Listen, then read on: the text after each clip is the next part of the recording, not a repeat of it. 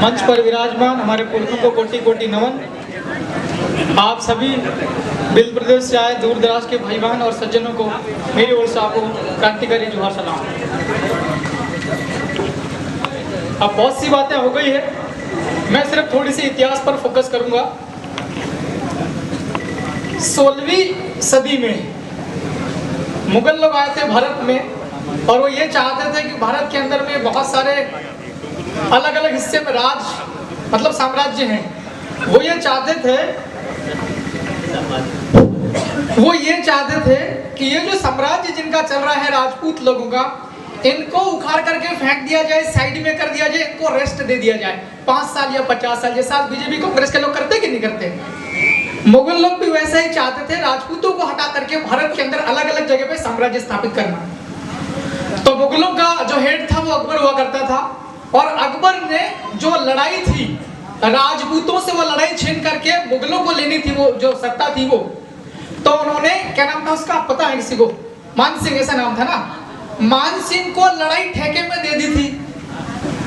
और सही कह रहा हूँ, ये देख लो, आप खोल के कर लो गूगल में। तो मुगल जो सम्राट था अकबर, उसने ठेके में लड़ाई दी मान सिंह को। और वो आज आज उसको राजस्थान कहते हैं, और पहले उसको राजपूताना कहते थे। तो राजपूताना की जो लड़ाई थी, उसको राजपूताना की लड़ाई को लड़ रहे थे राणा प्रताप सिंह। तो राणा प्रताप सिंह एक तरफ से राजपूताना की लड़ाई लड़ रहे थे, और मुगलों की लड़ाई लड़ रहे थे राजा मान सिंह ठेके पर लेकर के। लेकिन वो जो थोड़ी बहुत मिस्टेक हो सकती है, आप सुधार कर लेने वाले, जैसा मुझे पता, मैं तो इतिहास की बात कर रही हूँ, भूल चूक हो सकती है गांधी दादा। तो वो जो आर्मी थी उसकी, मुगल की आर्मी, वो 3 टुकड़ों में बिखर गई थी। वो घेरा डालना चाहते थे, किस पर? प्रताप सिंह की सेना पर वो घेरा डालना चाहते थे। 3 अलग अलग टुकड़ों में बिखरे वो। राजा जो मान सिंह था, मान सिंह मतलब मुगल, उनकी सेना के लगभग, सोचना थोड़ा आंकड़ा गणित का, 50,000 से ज्यादा लोग थे सेना में। कितने? मुगल सेना के 50,000 से ज्यादा लोग थे। उनके पास में हाथी भी थे, ऊंटड़े भी थे, तोपें भी थी, बंदूकें भी थी, तीर भी थे, तलवार भी थे।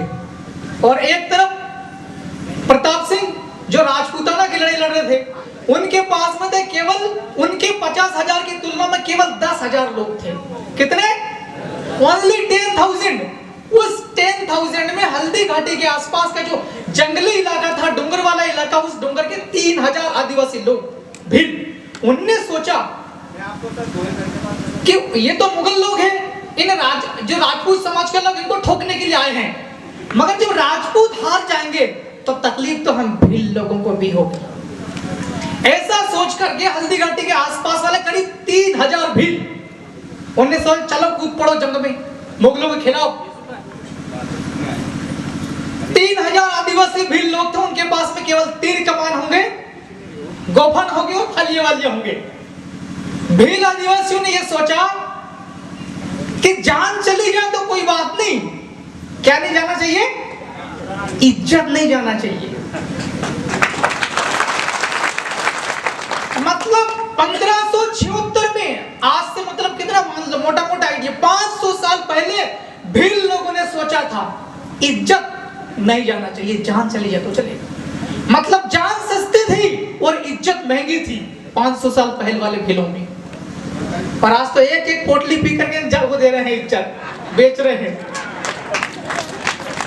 तो इसमें ये विचार मंथन होना चाहिए। भाई राणा कुंजा की प्रतिमा लगा दी इतनी बड़ी, उसको बार बार देखोगे, मोटरसाइकिल लेके उधर जाओगे तो दिखेगा, उधर से फिर इधर आओगे देखेगा, हम जैसे लोग आएंगे हम भी देखेंगे, तो सीखेंगे क्या? थोड़ा मंथन करना चाहिए कि क्या है राणा कुंजा, क्या है हल्दी घाटी का युद्ध, कौन थे 3,000 लोग 10 में से, इसके ऊपर विचार किया जाना चाहिए। उस 3,000 भीलों में से लगभग 1,600 भीलों की कुर्बानी हो गई थी। 3,000 में से 1,600 भीलों ने शहादत दे दिया। अब आप जोड़ लो जाओ। और उनके 50,000 में से केवल 150 लोग मारे गए थे। कितने? केवल 150 लोग मरे थे मुगलों के। और जिन राजपूत लोगों का भीलों ने सपोर्ट किया था, उनके 1,500 लोग मर गए थे, और ज्यादातर लोग वो भील थे। उसके बाद जब आखिरी में रिजल्ट आया हल्दी घाटी युद्ध वाला, तो वो युद्ध अनिर्णित रहा। मतलब मुगल जीत नहीं सका और राणा प्रताप सिंह हार नहीं सका। पता है कि नहीं? हाथ खड़े करो किसी को। क्या मैं सही कह रहा हूँ? Who is preparing for competitive examinations, PSC, UPSC? क्या मैं सही बोल रहा हूँ? 1976 की लड़ाई हल्दी घाटी वाली, आज निर्णित रहा था कि निर्णय हो गया था, जीत गया था। कौन जीता था? आपको गलत फंड है, इसको सही कर लेना। अगर 3000 भी लोग नहीं जाते प्रताप सिंह की सहायता करने के लिए, तो प्रताप सिंह हार जाता कि नहीं हार जाता? मुगल लोग राजस्थान में कब्जा कर लेते कि नहीं कर लेते? अब पहले राजपूताना था, अब हो गया राजस्थान। अगर मुगल वहां पर जीत करके मुगल अपनी सत्ता बना लेते तो मुगलिस्तान हो जाता कि नहीं हो जाता? आज अपन कांती दादा को बोलते, कांती दादा कहां से आए? कांती दादा गर्व से बोलते हम मुगलिस्तान से आए। बोलते कि नहीं बोलते? अगर मैं लड़ाई हार जाते तो सही है कि नहीं? तो आज अगर राजस्थान का नाम भी कायम है तो राणा कुंजा भील की वजह से 1500-1600 भील लोगों ने शहादत दिया, उसकी बदौलत आज राजस्थान का नाम भी है। तो भाई लोगों, मैं अपनी बात खत्म करूंगा, इशारा आ गया है मेरे ख्याल से। मैं तो छोटी सी इतिहास की बात करने आया था। शॉर्टकट में कौन पुलिस पटवारी 3 स्टार 2 स्टार खड़े थे। भैया सुन लेना, यह अनुसूचित इलाका है, 5वीं अनुसूची वाला भारत का। वैसे अगर बात करें तो हमारे यहाँ पर परंपरागत कानून चलते हैं, ट्रेडिशनल राइट्स हमारे पास में। आपका अगर पुलिस वाला कोई भी, चाहे कितना बड़ा अधिकारी हो, पटवारी हो, चाहे तहसील वाला हो, चाहे कलेक्ट्री वाला हो, अगर आपको बामनिया के अंदर में या किसी गांव में अगर आपको जाना है, आप बिना कोतवाल की सूचना करें, आप पहली बार तो आइए ही मत। और अगर आपको जाना है किसी गांव में तो कोटवार को, पटेल को, जो भी हमारी व्यवस्था है उसको लेकर के ही जाना, वरना गड़बड़ हो जाएगी। और सुनने में आ रहा था 5 तारीख को प्रोग्राम था। यह जो राणा पुंजा है, ये राणा पुंजा हमारे लिए देवता के तुल्य है, लेकिन राजपूत समाज के लिए भी भगवान के बराबर है। हमारे भगवान का भी कार्यक्रम 5 तारीख को था। वो 5 तारीख का कार्यक्रम कैंसिल करवाने वाले, फेल करवाने वाले, बाधा डालने वाला जो लोग हैं, उनको एक एक को ढूंढ निकालेंगे हम लोग और छोड़ेंगे। इस प्रकार के जो दलाल कैटेगरी के लोग हैं, सरपंच बनकर बैठे हैं जनपद में, जिला पंचायत में, चाहे विधानसभा में, चाहे लोकसभा में, जो ऐसी गांडू हाथ का हरकत करता है उसको सबक सिखाना भी जरूरी है। आज ये हमको बाधा, हमारे काम में बाधा डाल रहे हैं। इनको अगर तुम सबक नहीं सिखाओगे, आने वाले समय में ये बिल्कुल नाग की तरह साबित होंगे। अभी कांतिलाल भूरिया जी का स्टेटमेंट चल रहा है फेसबुक पर। गुमान सिंह जी डामोर सांसद साहब बोलते हैं जयस वाले तो ईसा मसीह वाले, और कांतिलाल जी भूरिया कांग्रेस वाले बोलते हैं जयस वाले तो हमारे साथ में। मतलब ये जूते मांग रहे कि नहीं मांग रहे? बड़े बड़े नेता। आप लोग अगर बात हो कांतिलाल जी भूरिया से तो बोलना कि उसका छोरा है विक्रांत भूरिया, उसको युवक कांग्रेस का प्रदेश अध्यक्ष बनाया है। वो किसकी वजह से? झाबुआ जयस की वजह से उसको प्रदेश अध्यक्ष बनाया है। सही है कि नहीं? झाबुआ के अंदर में जयस वालों ने इतनी क्रांति पैदा कर दी आदिवासियों में, उन्होंने डर कांग्रेस पार्टी खत्म हो जाएगी ऐसा सोच करके विक्रांत भूरिया को अध्यक्ष बनाया प्रदेश का।